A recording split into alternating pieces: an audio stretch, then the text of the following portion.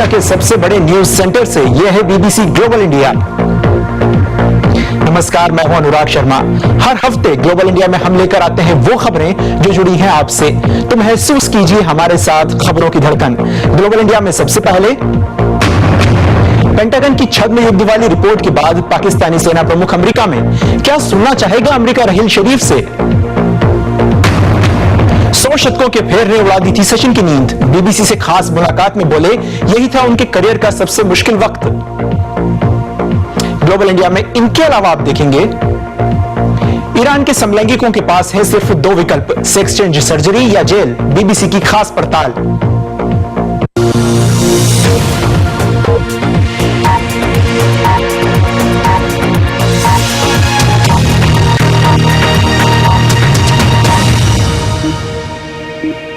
स्वागत है आप सबका ग्लोबल इंडिया की ताजा कड़ी में। पाकिस्तान के सेना प्रमुख राहील शरीफ सोमवार से अमेरिका का दौरा शुरू कर रहे हैं। यह दौरा ऐसे वक्त पे हो रहा है जब अमेरिकी फौज की अफगानिस्तान से वापसी अपने आखिरी चरण में है। साथ ही पेंटागन ने हाल ही में पाकिस्तान पर भारत में चरमपंथ फैलाने का आरोप लगाया है। तो क्या सुनना चाहेगा अमेरिका उनसे और किस तरह की उम्मीदें लेकर आ रहे हैं राहील शरीफ। ब्रजेश उपाध्याय की रिपोर्ट। अफगानिस्तान से अमेरिकी फौज की वापसी शुरू हो चुकी है। अमेरिका को अब अपनी फौज के लिए पाकिस्तानी बंदरगाह और सड़कों की पहले जैसी जरूरत नहीं रही। और अब से चंद दिनों पहले पेंटागन ने पाकिस्तान पर एक बार फिर से पड़ोसी देशों के खिलाफ आतंकवाद को हथियार की तरह इस्तेमाल करने का आरोप लगाया है। कुछ ऐसे ही माहौल में पाकिस्तानी फौज के प्रमुख राहील शरीफ कुर्सी संभालने के बाद पहली बार वॉशिंगटन पहुंच रहे हैं। मेरा अंदाजा है कि अमेरिका पाकिस्तान पर हक्कानी नेटवर्क जैसे चरमपंथी गुटों को लेकर ही नहीं बल्कि पाकिस्तान में मौजूद भारत विरोधी गुटों पर भी कार्रवाई के लिए दबाव बनाएगा। जानकारों का कहना है कि उत्तरी वजीरिस्तान में पाकिस्तानी फौज की कार्रवाई की तारीफ भी होगी, लेकिन उन्हें स्पष्ट शब्दों में बताया जाएगा कि दुनिया उनसे क्या उम्मीद करती है। आपको एक देश में आतंकवाद से मुक्ति और दूसरे देश में इसे फैलाने की अनुमति नहीं मिल सकती। मेरे ख्याल से इस पर न सिर्फ अमेरिका बल्कि चीन जैसे अन्य देश भी पाकिस्तान के रवैये में प्रगति देखना चाहेंगे। वहीं दूसरी तरफ राहील शरीफ अपनी लिस्ट लेकर आएंगे। अंदाजा है कि जहां एक तरफ वो अमेरिका से फौजी मदद पहले की तरह जारी रखने की मांग करेंगे, वहीं भारत बातचीत का एक बड़ा मुद्दा बनेगा। पाकिस्तान अमेरिका से कहना चाहेगा भारत पर नजर रखें, क्योंकि वो हमारे लिए दिक्कत पैदा कर सकता है। हमें अपने घर पर ध्यान देना है और घरेलू आतंकवाद हमारी एक बड़ी समस्या है। भारत इससे हमारा ध्यान बटाता है। पाकिस्तान की एक बड़ी शिकायत ये भी रही है कि अमेरिका अपना काम निकलने के बाद इलाके को भूल जाता है और इसलिए पाकिस्तान को अपना फायदा देखना होगा, जो जरूरी नहीं है कि अमेरिकी जरूरतों से मेल खाए। ऐसे में अमेरिका का पैगाम क्या होगा? अमेरिका पाकिस्तान से संपर्क जारी रखेगा क्योंकि उनसे हमारा हित अफगानिस्तान से अलग भी जुड़ा है, लेकिन अमेरिका अफगानिस्तान में बना रहेगा। सैनिकों की संख्या जरूर कम होगी, मगर अफगानिस्तान के लिए अमेरिका की प्रतिबद्धता ज्यादा बड़ी है। विश्लेषकों का कहना है कि रिश्ता काफी हद तक एक दोराहे पर है, जहां राहील शरीफ चाहें तो पहले की तरह पैसे दो, काम लो के रास्ते पर चलें, या फिर नया रास्ता चुनें जहां पाकिस्तान सही मायने में एक साझेदार की भूमिका अदा करे। उनका यह दौरा पहला जरूर है, लेकिन मौका शायद आखिरी। Brajesh Upadhyay, BBC, Washington. इसी मसले पर और ज्यादा जानकारी के लिए हमने बात की पूर्व राजनयिक आईपी खोसला से। उनसे हमने पूछा कि अफगानिस्तान से पश्चिमी सेनाओं की पूरी तरह वापसी से पहले राहील शरीफ अमेरिका जा रहे हैं। उनकी इस यात्रा से अमेरिका क्या उम्मीद रखता है? अमेरिकी चाहते हैं कि लास्ट फेज विड्रॉल पे पाकिस्तान कोई रंगा न लगाए उनके साथ, तो उन्होंने बुलाया होगा ऐसे उनसे बातचीत करने के लिए कि कैसे क्या क्या अग्रीमेंट हो सकती है, ताकि जो पाकिस्तानी ट्रूप्स हैं वो अमेरिकन ट्रूप्स के विड्रॉल के लिए और उनके लिए जो उनकी सुविधाओं के लिए कोई खास रंगा लगाए। खोसला साहब, अफगानिस्तान से अमेरिकी और ब्रितानी फौजों की वापसी के बाद क्षेत्र की जियोपॉलिटिक्स यानी भू राजनीति में किस तरह के बदलाव की संभावना है, खासतौर से अफगानिस्तान पाकिस्तान रिश्तों और अफगानिस्तान की विदेश नीति के संदर्भ में? मेरे ख्याल में एकदम तो कोई खास तब्दीली होगी नहीं। यानी कि अगर पाकिस्तान अफगान रिश्ते हामिद करजाई के ज़माने में खराब थे और हामिद करजाई ने खुद पाकिस्तान के खिलाफ काफ़ी क्रिटिसिज्म की है, वो अभी थोड़ा सुधर गया है। यानी कि जो नया राष्ट्रपति है अब्दुल गनी, वो कहता है कि पाकिस्तान के साथ रिश्ते ठीक होने चाहिए और वो कोशिश भी इसी बात की कर रहा है। और वो है भी, वैसे हामिद करजाई भी पश्तून था, ये भी पश्तून है, लेकिन इसकी कोशिश थोड़ी ज्यादा है कि पाकिस्तान के साथ रिश्ता बनना चाहिए मजबूत। लेकिन टेंशन तो रहेगी, क्योंकि पाकिस्तान जिन ग्रुप्स की मदद कर रहा है वो ग्रुप्स अफगान सरकार के खिलाफ हैं, तो उस बात से टेंशन तो होगी। जहाँ के अफगानिस्तान का बाकी अंतर्राष्ट्रीय संबंध है वो ठीक ही रहते हैं, ईरान के साथ अच्छे हैं, सेंट्रल एशिया के साथ अच्छे हैं, हमारे साथ हिंदुस्तान अफगानिस्तान के बीच में तो बहुत ही अच्छा रिश्ता रहा है और रहेगा, मुझे तो पूरी उम्मीद है कि रहेगा। पाकिस्तान के बारे में पेंटागन की जो रिपोर्ट आई है उसमें कहा गया है कि पाकिस्तान प्रॉक्सी के रूप में लोगों को इस्तेमाल कर रहा है और भारत में चरमपंथी गतिविधियों को बढ़ावा दे रहा है। आपको क्या लगता है, पश्चिमी सेनाओं की अफगानिस्तान से वापसी के बाद पाकिस्तान का भारत के संदर्भ में क्या रुख रह सकता है? पाकिस्तान की हर वक्त कोशिश है कि जितने भी ग्रुप्स इस्तेमाल कर सके हिंदुस्तान के खिलाफ, भारत के खिलाफ, वो कर सके, खासकर कश्मीर में वो तो करेंगे ही करेंगे। लेकिन दूसरा सवाल ये है कि अफगान ग्रुप जो है वो अपने देश की देखभाल करेंगे कि पाकिस्तान के इंटरेस्ट की देखभाल करेंगे। मेरे ख्याल में अफगान ग्रुप्स इतना पाकिस्तान का काम करने वाले नहीं है। ये थे पूर्व राजनयिक आईपी खोसला। ग्लोबल इंडिया में आगे है, ईरान के समलैंगिकों के पास है सिर्फ दो विकल्प, सेक्स चेंज सर्जरी या जेल। बीबीसी की खास पड़ताल।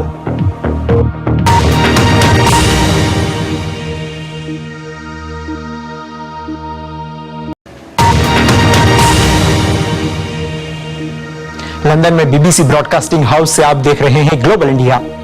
अपनी आत्मकथा प्ले इट माय वे के विमोचन के बाद पूर्व क्रिकेटर सचिन तेंदुलकर पिछले हफ्ते लंदन आए, जहां उन्होंने बीबीसी के साथ खास बातचीत की।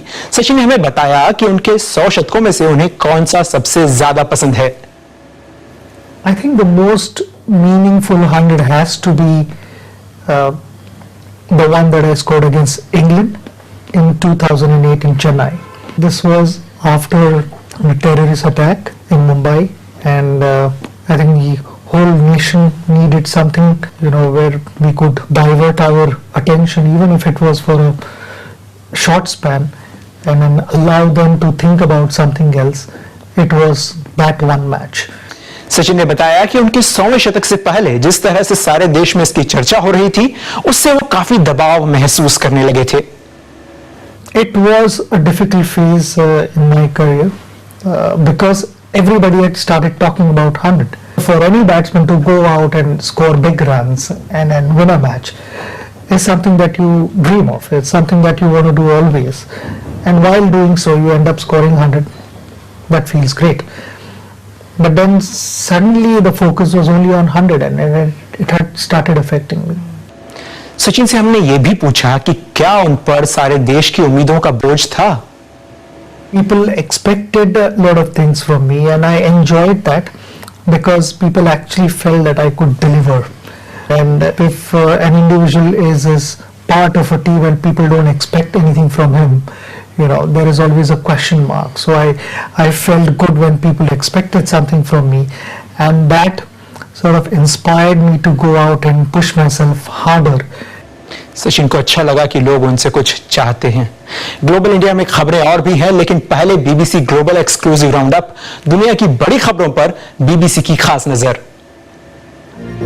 सीरिया के अलेप्पो पहुंची बीबीसी संवाददाता लिस ज्यूसेट। सीरिया में गृह युद्ध के 4 साल पूरे हो चुके हैं। सीरिया के औद्योगिक शहर अलेप्पो के एक बड़े हिस्से पर राष्ट्रपति असद की सरकार का कब्जा है और कुछ हिस्से पर पश्चिम समर्थित विद्रोहियों का। लगातार संघर्ष से अलेप्पो के कई इलाके तबाह हो चुके हैं। जानकारों का मानना है कि राष्ट्रपति असद की सेनाएं जल्दी ही बाकी के अलेप्पो पर भी कब्जा कर सकती हैं। अलेप्पो पर सरकारी सेनाओं का कब्जा सीरिया में जारी गृह युद्ध की तस्वीर बदल सकता है। जॉर्डन की राजधानी अम्मान में थी बीबीसी संवाददाता योलेंड नेल। सीरिया में जारी गृह युद्ध की वजह से 6 लाख से ज्यादा लोगों ने जॉर्डन में शरण ली है। अम्मान में संयुक्त राष्ट्र का शरणार्थी केंद्र हर रोज 3000 लोगों का रजिस्ट्रेशन करता है। सीरियाई शरणार्थियों को रेगिस्तान में बने शिविरों में रखा गया है। सीरियाई बच्चे स्कूलों में पढ़ाई तभी कर पाते हैं जब स्थानीय बच्चों की पढ़ाई खत्म हो जाती है। शरणार्थियों के आने से जॉर्डन की अर्थव्यवस्था पर दबाव बढ़ा है और अब जॉर्डन शरणार्थियों का आना कठिन बना रहा है। दक्षिण कोरिया की राजधानी सोल पहुंचे बीबीसी संवाददाता स्टीव इवांस। दक्षिण कोरिया में अप्रैल में जहाज डूबने से 304 लोगों की मौत हो गई थी। अदालत ने जहाज के कप्तान ली जून सुक को 36 साल की सजा सुनाई है। उन पर आरोप था कि जब जहाज डूब रहा था तब वो लापरवाही बरतते हुए जहाज छोड़कर भाग रहे थे। जिन लोगों की मौत हुई उनमें ज्यादातर छात्र थे। इन लोगों के परिजनों का कहना था कि ली जून सुक को हत्या का दोषी मानते हुए उन्हें मौत की सजा दी जानी चाहिए। भारत में समलैंगिक संबंध बनाने वालों को जेल जाना पड़ सकता है। ईरान में भी समलैंगिकों की हालत ठीक नहीं है। वहां समलैंगिकों को मौत की सजा भी हो सकती है। ईरान से भागकर तुर्की में रहने वाले कुछ लोगों ने बीबीसी को बताया है कि वहां उनके लिए हालात काफी मुश्किल हो चुके थे। उनके पास विकल्प यही था कि या तो वे लिंग परिवर्तन करा लें या देश छोड़ दें। सुहेल 21 साल के हैं। उनके लिए अब हर शाम अपने देश ईरान से दूर ही बीतती है। सुहेल ईरान से भागकर तुर्की चले आए क्योंकि वो समलैंगिक हैं। वो चाहते थे कि मैं अपना लिंग परिवर्तन करा लूं, नहीं तो वो मुझे ले जाएंगे और मार देंगे। आप ईरान में ही रहते तो क्या ये सर्जरी कराते? बिल्कुल, मुझे पूरा यकीन है कि मुझे परिवार के दबाव की वजह से सर्जरी करानी पड़ती। सुहेल के लिए ईरान में खुलेआम समलैंगिक जीवन जीना असंभव था। ईरान में समलैंगिक यौन संबंध बनाने वालों के लिए मौत की सजा का प्रावधान है। हालांकि कानून में ट्रांसजेंडर लोगों के लिए लिंग परिवर्तन की सर्जरी का इंतजाम है। समलैंगिकों के अधिकारों के लिए काम करने वालों का कहना है कि सर्जरी को समलैंगिक महिलाओं और पुरुषों के सामने एक विकल्प या हल के तौर पर पेश किया जाता है। मेरे संगठन ने कुछ अनौपचारिक शोध किया है। मैंने पाया कि जिन लोगों ने सर्जरी करवाई उनमें से 45% लोग ट्रांसजेंडर नहीं थे, वो समलैंगिक थे। इस विकल्प को न मानने वाले सैकड़ों समलैंगिकों को ईरान छोड़ना पड़ा है। कई बार मैंने कहा कि मुझे ईरान छोड़ने पर मजबूर किया गया क्योंकि मेरे पास कोई चारा नहीं बचा था। उन लोगों को लिंग परिवर्तन करवाना पड़ा क्योंकि इसके बाद ही वो जिंदा रह सकते थे। मैरी 37 साल की हैं। वो ट्रांससेक्सुअल हैं और अब तुर्की में रहती हैं। 12 साल पहले उन्होंने लिंग परिवर्तन कराया और पुरुष से महिला बन गईं। क्या आपको लगता था कि आप किसी भी तरह एक समलैंगिक पुरुष के तौर पर ईरान में रह सकती हैं? नहीं, मनोचिकित्सक से मिलने के बाद मुझे लगा कि मुझे लिंग परिवर्तन की जरूरत है। इससे पहले मुझे लगता था कि मैं समलैंगिक हूँ। मैरी अब ईरान से बाहर हैं। वो उन लोगों में से हैं जो इस बात को समझने की कोशिश कर रहे हैं कि वो जब ईरान में थे तब जो हुआ वो क्या था। मुझे लगता है कि मैं अगर एक आजाद समाज में होती तो क्या मैं वैसी होती जैसी अब हूँ, और क्या मैं लिंग परिवर्तन कराती? मुझे नहीं लगता कि ऐसा होता। ईरान में समलैंगिक पुरुष और महिलाएं एक अजीब दुविधा में हैं। समलैंगिकों का लिंग परिवर्तन कराना वहां सरकारी नीति नहीं है, लेकिन वहां से तुर्की आए जिन समलैंगिकों से बीबीसी ने बात की, उससे ये साफ लगता है कि उन पर लिंग परिवर्तन का दबाव बहुत अधिक है। BBC report. ग्लोबल इंडिया में आगे है हवा में लहराती रस्सी पर चलने वाले जाबाज।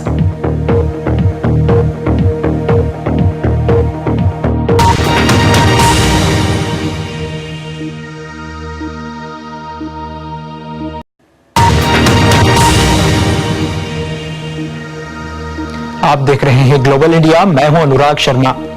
खराब जीवन शैली और आनुवंशिक कारणों से डायबिटीज होने की आशंका ज्यादा होती है। जिन लोगों का वजन ज्यादा होता है उन्हें तो डायबिटीज का और बड़ा खतरा होता है। लेकिन ब्रिटेन में हुए एक शोध में पता चला है कि वजन कम करने वाली सर्जरी डायबिटीज को रोकने में मददगार हो सकती है। मोटापे को अब सिगरेट पीने की ही तरह स्वास्थ्य के लिए हानिकारक माना जाने लगा है। ज्यादा वजन वाले लोगों में टाइप 2 डायबिटीज होने का खतरा ज्यादा होता है। लेकिन अब एक नए शोध से पता चला है कि वजन कम करने के लिए की जाने वाली बैरियाट्रिक सर्जरी डायबिटीज को रोकने में मदद कर सकती है। शोध में ऐसे 2000 से ज्यादा लोगों का अध्ययन किया गया जो वजन घटाने के लिए सर्जरी करवा चुके थे। इतनी ही संख्या में वो लोग भी थे जिन्होंने वजन घटाने के लिए कोई इलाज नहीं करवाया। ये पाया गया कि सर्जरी करवाने वाले लोगों में केवल 38 लोगों को टाइप 2 डायबिटीज हुआ, मगर सर्जरी नहीं करवाने वाले समूह में डायबिटीज रोगियों की संख्या 177 थी।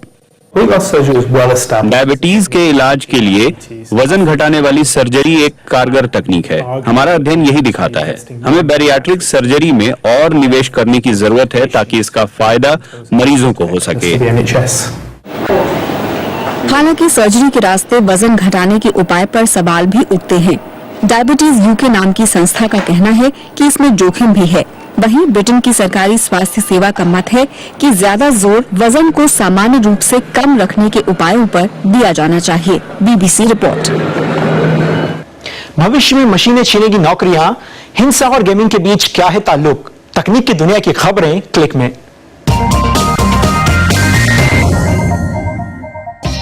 ऑटोमेशन यानी स्वचालित मशीनों की वजह से नौकरियां जाने का डर सिर्फ ऑस्ट्रेलिया में ही नहीं है।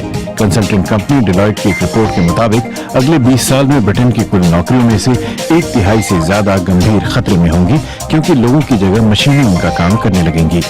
कंपनी के अध्ययन में पता चला है कि मशीनों की वजह से ऊंची तनख्वाह वाली नौकरियों के मुकाबले कम पगार वाली नौकरियों के लिए खतरा 8 गुना ज्यादा होगा।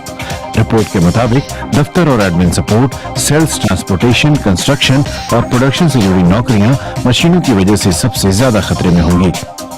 YouTube एक सब्सक्रिप्शन आधारित सेवा शुरू कर रहा है। इस सेवा के जरिए user ad free music video को स्ट्रीम करने के साथ डाउनलोड कर सकेंगे और फिर उसे ऑफलाइन देख सकेंगे। YouTube की इस सेवा को म्यूजिक की कहा जाएगा और इसकी कीमत होगी करीब 1000 रुपए। YouTube की मालिक कंपनी गूगल ने इस सर्विस के लॉन्च की तारीख सैकड़ों रिकॉर्ड कंपनियों के साथ किए जा रहे करार की वजह से आगे बढ़ा दी है। YouTube ने स्ट्रीमिंग के बेहद मुनाफे वाले कारोबार में उतरने का फैसला तब लिया जब पॉप सिंगर टेलर स्विफ्ट ने विवाद की वजह से स्ट्रीमिंग सेवा स्पॉटिफाई से अपने सारे गाने हटाने का फैसला किया।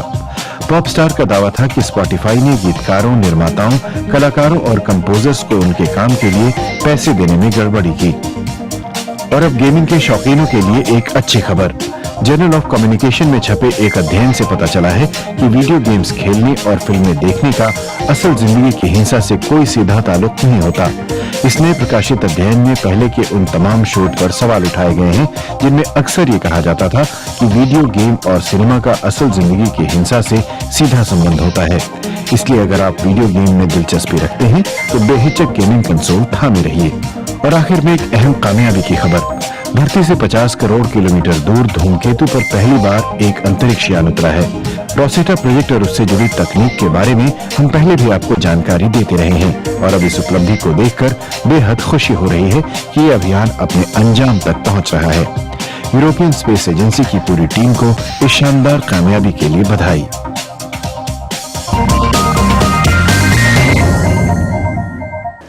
फिल्में बनाने के लिए चाहिए बड़े स्टूडियो और बढ़िया तकनीशियन। इस मामले में अमेरिका के हॉलीवुड को सबसे आगे माना जाता है, लेकिन चीन का एक शहर हॉलीवुड को भी मात देता दिखता है। आप भी देखिए कि ऐसी क्या खास बात है जो हर साल यहां 1 करोड़ से ज्यादा सैलानी पहुंचते हैं। साम्राज्यवादी चीन की गली का एक सीन, ऐतिहासिक ड्रामा और मार्शल आर्ट्स के सीन सभी यहाँ फिल्माए जाते हैं। इसे चीन का हॉलीवुड कहा जाता है। ये सेट काफी भव्य लगता है। बीजिंग का फॉरबिडन सिटी दुनिया का सबसे बड़ा महल है और आकार के लिहाज से ठीक उसकी नकल मौजूद है। 2500 एकड़ में फैला ये सेट हॉलीवुड के यूनिवर्सल और पैरामाउंट स्टूडियो से भी बड़ा है। यहाँ 1 करोड़ 10 लाख सैलानी हर साल आते हैं। असली फॉरबिडन सिटी से सिर्फ 30 लाख कम। कभी खामोश सा रहने वाला ये शहर अब शो बिजनेस की धड़कन है। चेन लांजू इन यही पली बढ़ी और अब चीन के स्टार्स के लिए कॉस्ट्यूम बनाती हैं। वो इतनी स्टार्स से मिल चुकी हैं कि अब ये आम बात लगती है। हंडियन कभी छोटा सा शहर था, पर फिल्म इंडस्ट्री की वजह से अब बहुत बदल चुका है। लोग दूर दूर से यहाँ आते हैं, जिससे पर्यटन भी बढ़ा है। पहले हमें काम के लिए दूसरी जगह जाना पड़ता था, अब लोगों के यहाँ आने से हम घर में ही रहते हैं। स्टार बनना एक ख्वाब है जिसे पूरा करने के लिए हजारों लोग यहाँ पहुँचते हैं। 7 साल के चांग खाओ ये फिल्मों में आना चाहते हैं, और खेतीबाड़ी करने वाले शेन ब्लोन चेन भी। पिछले 5-6 साल में मैं कड़ी मेहनत करके अपना सपना पूरा करने की कोशिश में हूँ कि किसी तरह फिल्म में लीड रोल करूँ। स्टार बनना मेरी ख्वाहिश है। इस सपने को नजदीक से देखें तो लगता है मानो चीन सांस्कृतिक तौर पर छा जाना चाहता है। तो क्या चीन का हॉलीवुड असली हॉलीवुड से मुकाबला कर पाएगा? BBC report. ग्लोबल इंडिया में अगले हफ्ते हम लेकर आएंगे गृह युद्ध से तबाह सीरिया पर खास पेशकश, और 35 ब्रितानी सिखों के सिर पर बंधी पगड़ियां दिला रही हैं पहचान। जिम्बाब्वे में खतरों के 2 खिलाड़ियों ने दुनिया का सबसे बड़ा जलप्रपात विक्टोरिया जलप्रपात रस्सी पर चलकर पार किया। जर्मनी के लुकास इमलर और ऑस्ट्रिया के रिनहार्ड लेंडल ने यह कारनामा करने के लिए लगातार 2 साल तक प्रैक्टिस की। लुकास और रिनहार्ड 100 मीटर तक रस्सी पर चले। नीचे थी चट्टानें और पानी।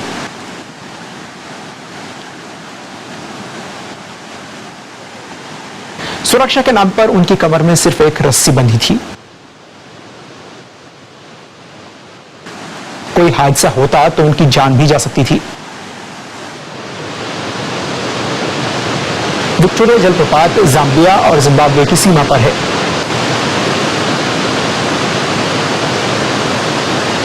एक बात आपको बता दें कि ऐसा आप करने की कोशिश ना करें, यह खतरनाक हो सकता है।